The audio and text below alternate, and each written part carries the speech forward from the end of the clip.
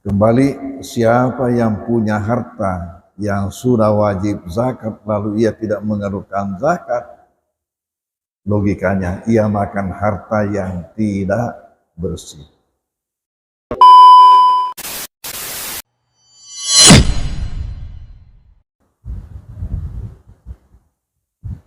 Kita sekarang akan membaca zakat.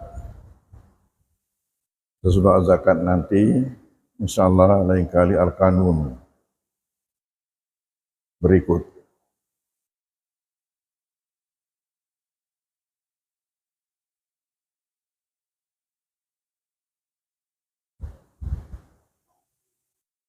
Dalam bahasan pertama, ketika kita berbicara tentang zakat,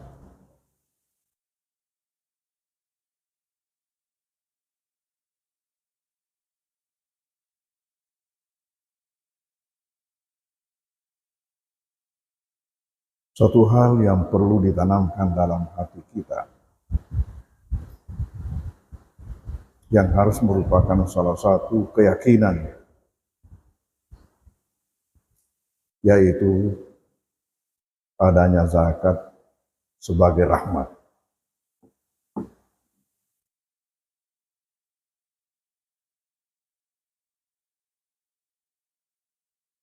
Pada pengajian yang lalu,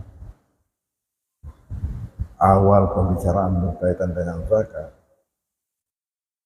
bahwa dari mana kita dasari keyakinan itu, yaitu adanya firman Allah yang mengatakan wa ma arsalnaka illa rahmatan lil alamin. Ayat ini memuat bahwa seluruh ajaran yang dibawa oleh Nabi kita itu harus mesti rahmat. Kalau seluruh ajaran yang dibawa oleh Nabi kita adalah rahmat, tentu lebih utama lagi yang menjadi pokok-pokok ajaran. Katakanlah rukun Islam. Dan zakat ini termasuk salah satu daripada rukun Islam. Oleh karena itu maka harus menjadi keyakinan pada setiap orang bahwa zakat itu pasti rahmat. Adanya masih banyak orang yang tidak mau mengeluarkan zakat atau malas mengeluarkan zakat karena salah persepsi, salah pemahaman. Belum sampai kepada suatu pemahaman yang menjadi keyakinan adanya zakat itu rahmat. Malah kebalikannya.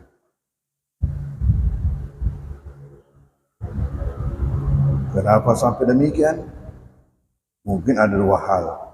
Yang pertama, karena kurang sosialisasi. Kurang disosialisasikan kepada masyarakat.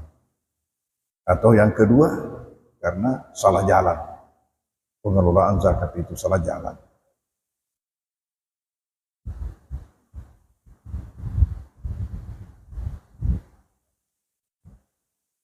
Lalu bagaimana zakat itu sebagai rahmat? Kita bertitik tolak daripada arti kata zakat. Bahwasanya kata zakat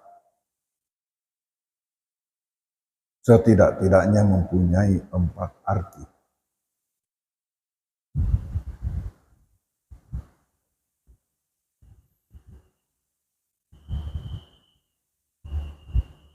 Pertama ialah at-taharah, kebersihan, kesucian.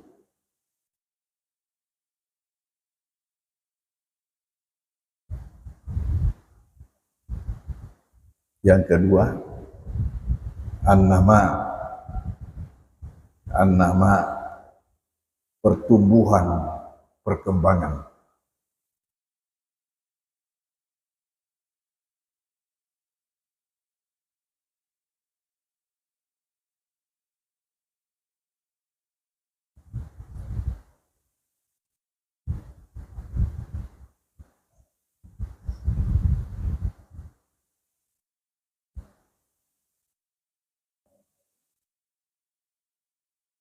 Yang ketiga ialah as-salah,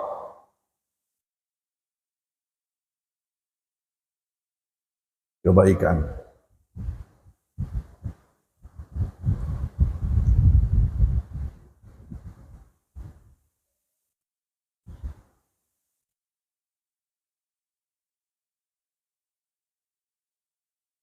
Dan juga berarti pujian.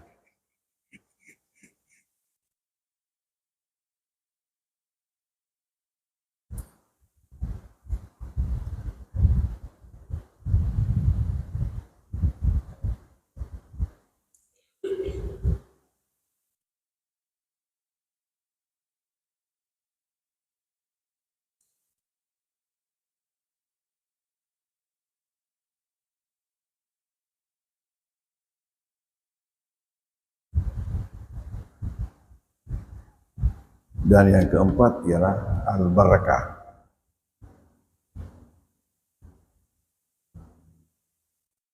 Al-barakah, berkat.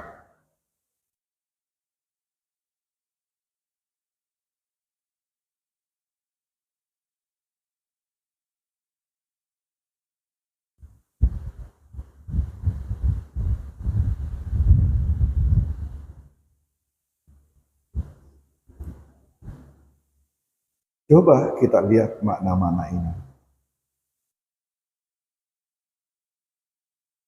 Makna-makna ini semuanya menunjukkan bahwa zakat itu adalah rahmat.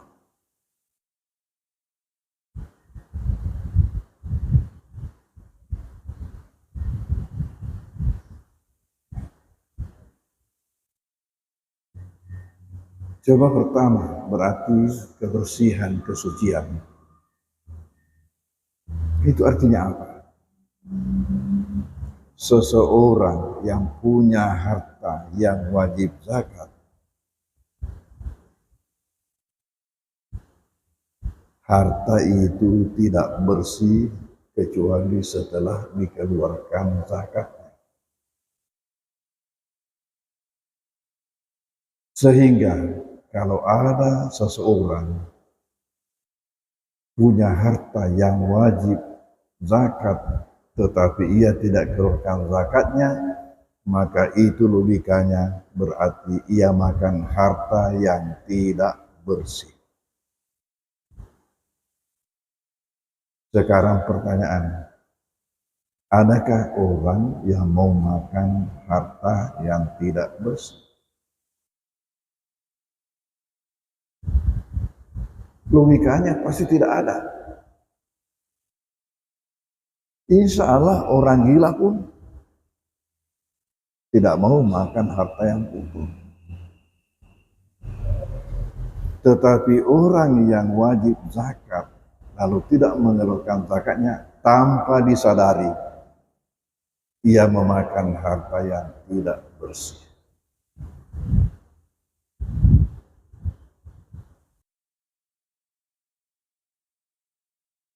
Coba firman Allah di dalam surat At-Taubah ayat 103.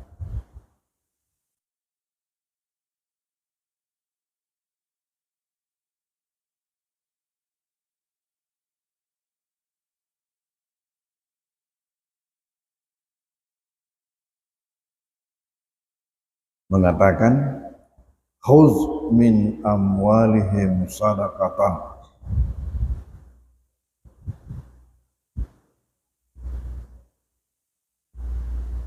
ambillah dari harta mereka,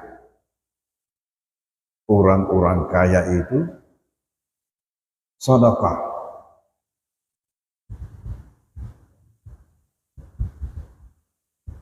Tutahhirhum wa tuzakkihim biha.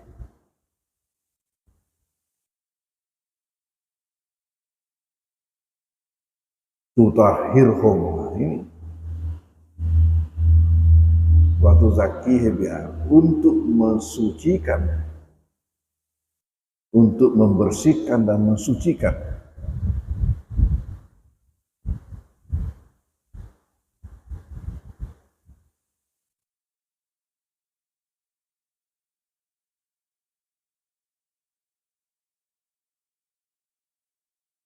membersihkan harta mereka dan mensucikan hati mereka.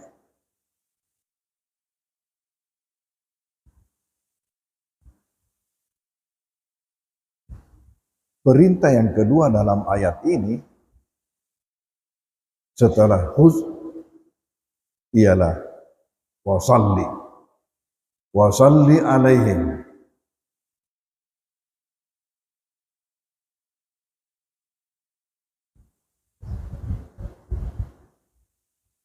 dan doakan mereka.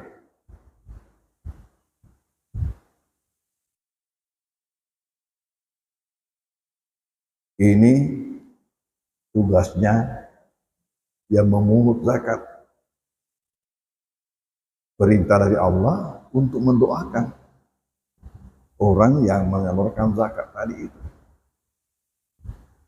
Perintah kepada orang kaya ialah menyalurkan zakat. Perintah kepada pemerintah, karena ayat ini turun kepada Nabi Muhammad sebagai nabi dan sebagai kepala pemerintahan untuk menarik zakat itu.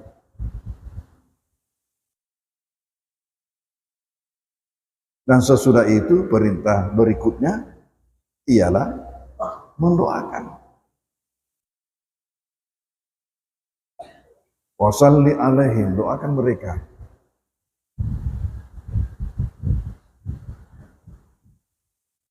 Bagaimana mendoakan mereka? Kelanjutan ayat mengatakan inna salat wa inna salataka sakanul lahum, bahwasanya doamu itu menenteramkan hati mereka, orang yang membayar zakat itu.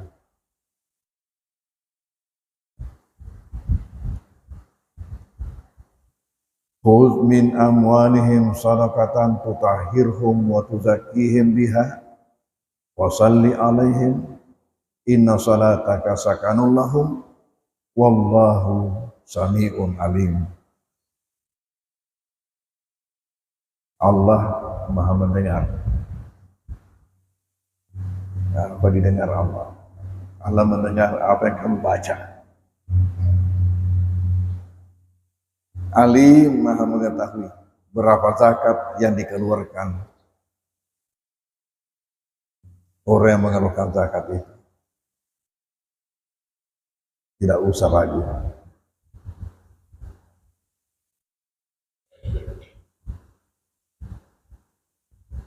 Coba ayat ini berapa poin itu isinya? Perintah dari Allah kepada penguasa.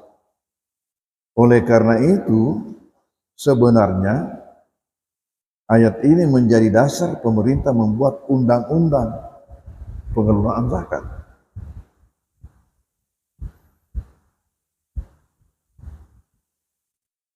Supaya bagaimana mengatur ya penarikan zakat itu. Khudz, ambil.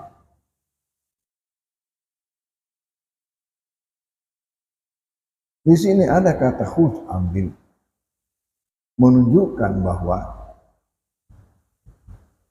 pemerintah harus proaktif. Proaktif. Jangan hanya menunggu. Tidak mengatakan perintahnya, terimalah orang yang datang membawa zakat. Kalau mengatakan terimalah orang yang datang membawa zakat, berarti ini hanya perintah untuk pasif, tinggal menunggu. Tetapi perintah mengatakan khudz, harus proaktif.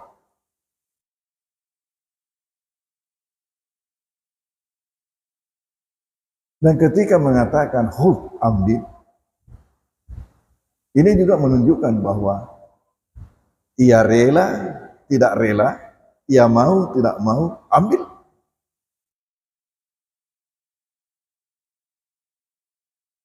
Ada orang yang mengatakan nanti rela baru dia mengeluarkan zakat. Tidak boleh katanya kalau tidak rela, bukan. Dari kata khudz ini menunjukkan bahwa mau atau tidak diambil.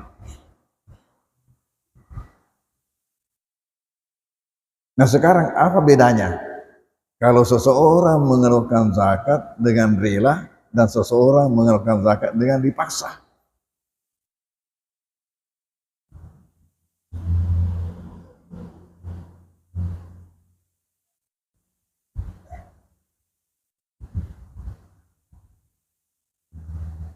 Seseorang yang mengeluarkan zakat dengan rela, seseorang yang mengeluarkan zakat dengan rela,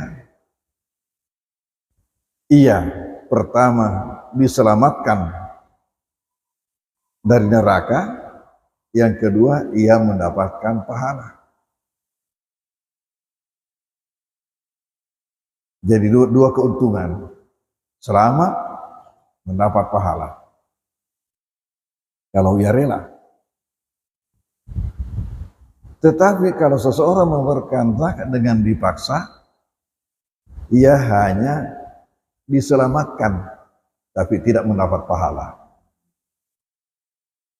Kenapa? Karena ia hanya dipaksa lalu dia keluar.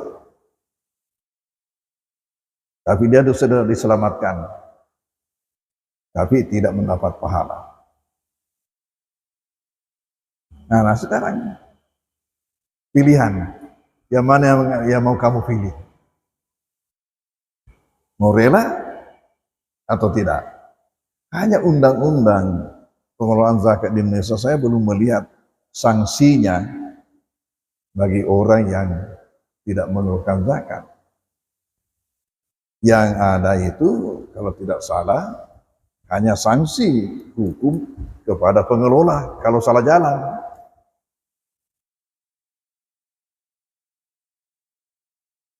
Siapa pengelola itu? Ya pengurus Basnas. Sekarang kalau di Indonesia.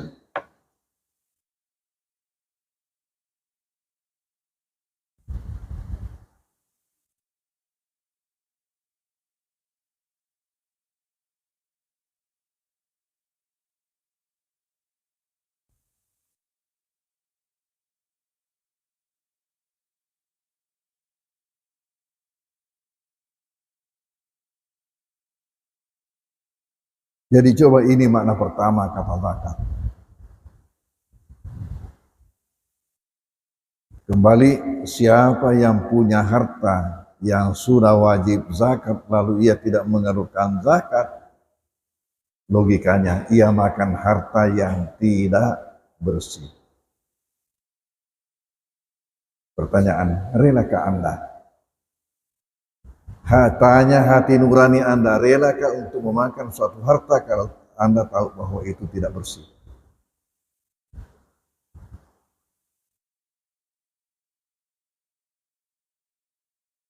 Kenapa? Karena kalau kita makan harta yang tidak bersih, apa risikonya?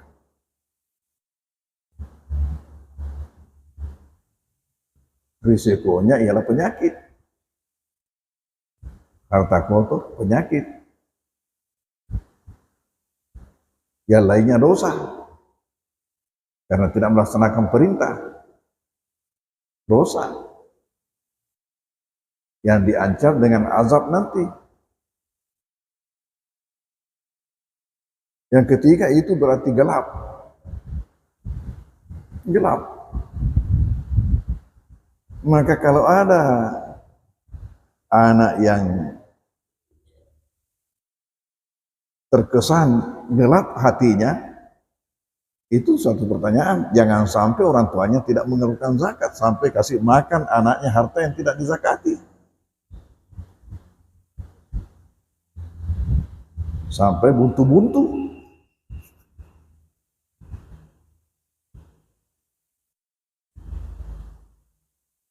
Apa saja kalau buntu-buntu itu bahaya. Coba kalau pipa air itu buntu bahaya itu. Ya, begitu juga buang air kalau buntu itu juga bahaya. Ya, kalau otak buntu itu juga bahaya.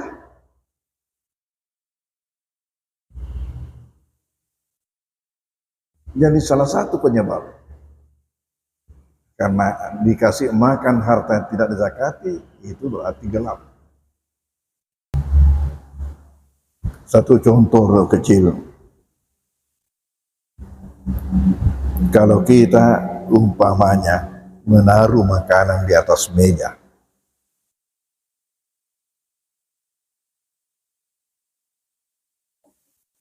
kemudian kita tinggalkan rumah dengan tidak menutup makanan tadi itu dengan turun saji, lalu kembali ke rumah. Kemudian kita melihat ada hal-hal yang mencurigakan dari makanan yang ditinggalkan. Barangkali ini pernah disentuh oleh tikus. Ada tanda-tanda yang mencurigakan. Atau barangkali setidak-tidaknya pernah disentuh oleh cecak. Maka apa yang terjadi? Apakah masih rela untuk memakan? Itu baru curiga. Kotornya sudah tidak rela. Bagaimana kalau sudah jelas kotor?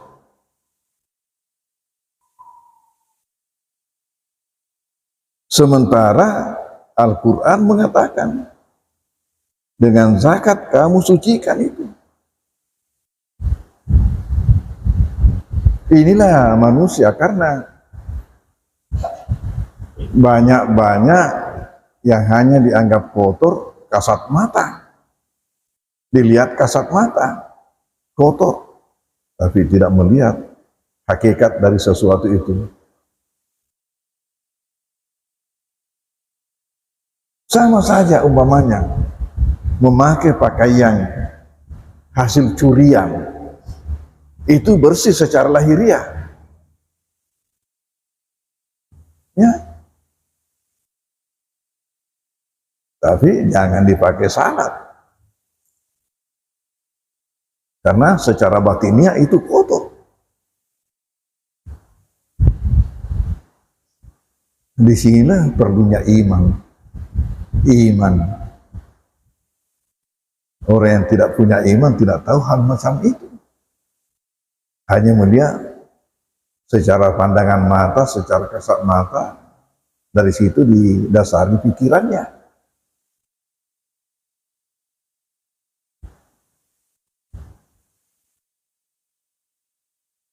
Bagaimana risikonya kalau makan harta yang tidak bersih? Risikonya penyakit. Walaupun bersih, ya secara medis tidak ada kotorannya apanya, tetapi karena tidak keluar zakatnya, maka tidak bersih. Oleh karena itu jangan heran kalau banyak hartawan, banyak orang kaya yang sakit-sakitan. Padahal semua yang dimakan itu yang enak-enak semua, yang bagus-bagus semua. Kenapa? Karena ternyata menurut dokter itu yang dimakan adalah yang enak-enak, yang bagus-bagus, tapi ada hal yang lain yang tidak diketahui, yaitu kotor dari segi pandangan agama, kotor menurut Allah.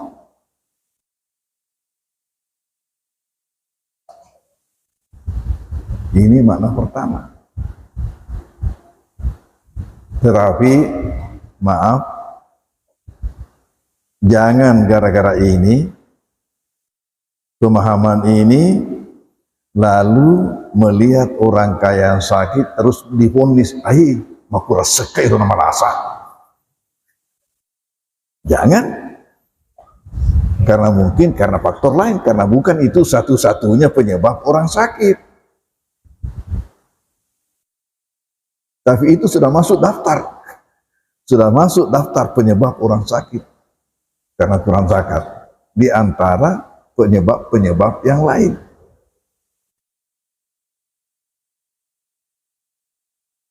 Kalau umpamanya seseorang kaya sakit, sementara kita ketahui sudah lancar zisnya, maka berarti itu faktor lain. Coba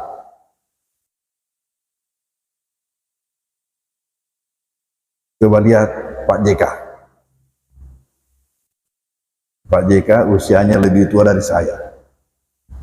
Saya sendiri 81 masuk 82. Pak JK lebih tua 1 tahun dari saya. Kalau Pak Aksa Mahmud lebih muda daripada saya 2 tahun. Pak JK kelahiran 42, saya kelahiran 43. Lalu Pak Aksa Mahmud kelahiran 45. Tapi coba Pak JK dalam usia seperti itu masih tetap segar bugar.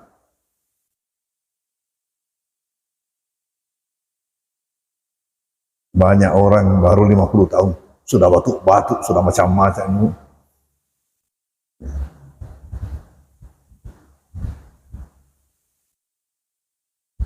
Salah satu faktor di samping menjaga kesehatan secara medis, secara lahiriah, ialah zisnya lancar. Zisnya lancar. Zisnya lancar.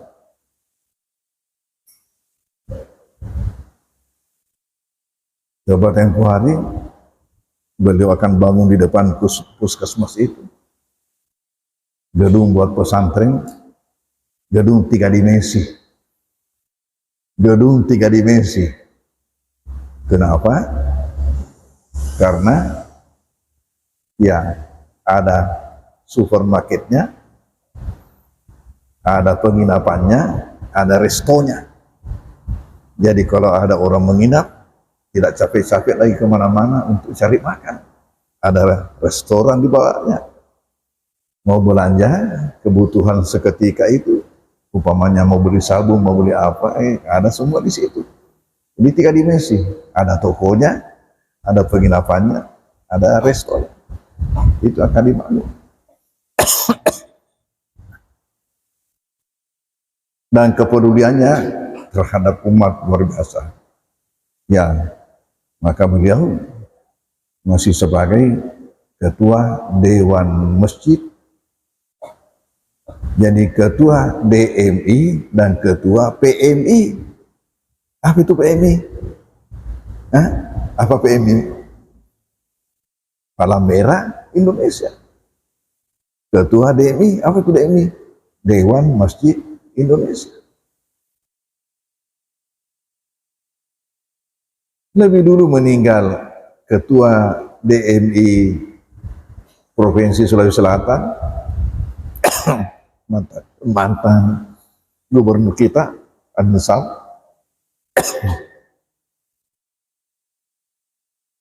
Padahal lebih muda.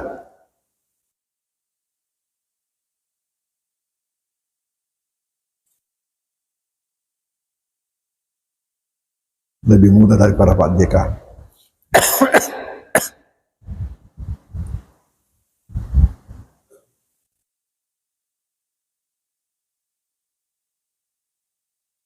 Nah sekarang, tidak mustahil di antara kalian nanti ada yang menjadi konglomerat.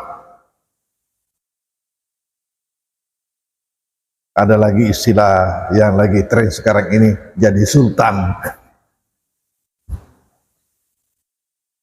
Ya ingat,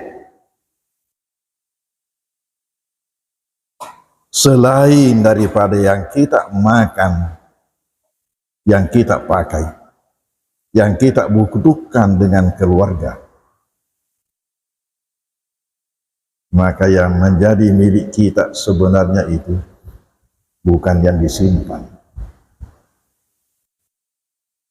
Yang disimpan itu untuk orang lain nanti itu, walaupun sekarang atas nama kita, tetapi yang menjadi milik kita ialah yang diinfakkan, yang disumbangkan.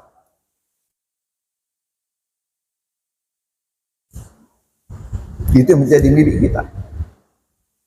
Makanya ingat, seseorang yang menyumbang, jangan ia kira dirinya itu memberi.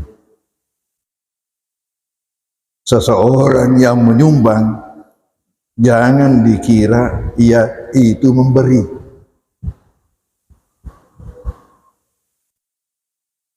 Tetapi bagaimana? Seseorang yang menyumbang itu adalah menitipkan sementara. Menitipkan sementara. Apa bedanya?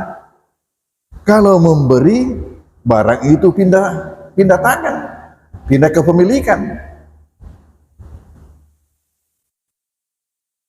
Dan inilah yang banyak membuat orang bakhil, malas untuk memberi, malas untuk menyumbang, karena dikiranya dirinya memberi.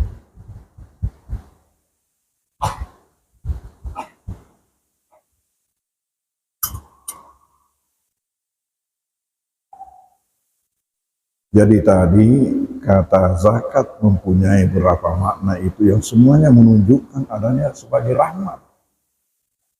Coba dengan makna pertama, bukankah rahmat kalau dengan zakat kita makan harta yang bersih? Dengan zakat maka kita tidak makan harta yang kotor. Karena bersih dan kotor bukan saja dari segi pertimbangan medis, tapi ada pertimbangan yang non medis. Sama juga penyakit, ada penyakit itu yang medis, ada juga yang non medis. Ya, kalau umpamanya non medis yang kesurupan itu, kasih dokter Rahman.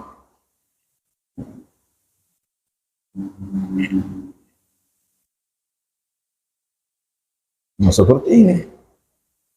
Kalau orang tidak tahu, maka bisalah terjadi berlarut-larut ia makan harta yang kotor, ia tidak sadari.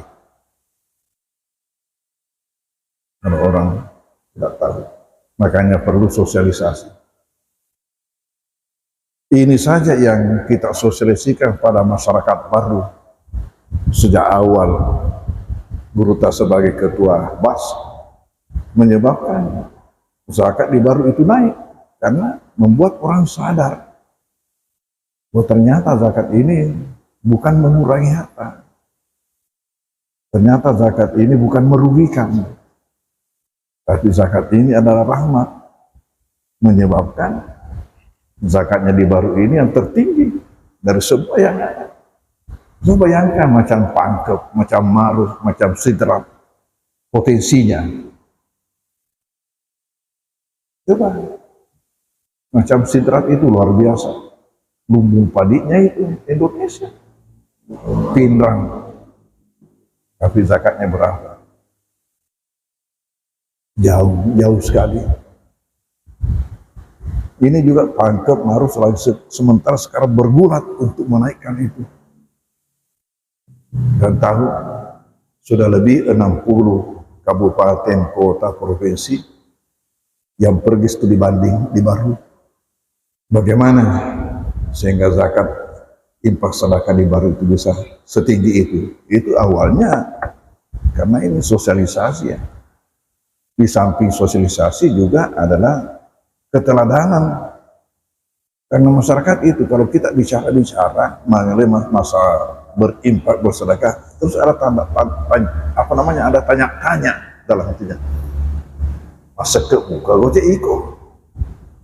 Apakah kamu juga berzakat? Apakah kamu juga berinfak? Atau hanya pada ceritanya? Nah ini masyarakat jadi harus ditopang dengan keteladanan dari pengurus. Sosialisasi. Ya ingat dulu. Cuma nanti kita baca kembali, kita lanjut kepada makna kedua. Tapi nanti ya pengajian kita berikut adalah Al-Qanun. Jadi 4 ini ganti berturut-turut. Ya, Fiqhul Ikhtilaf, Al-Ghazul Fikri, Az-Zakat, Al-Qanun. Gantian.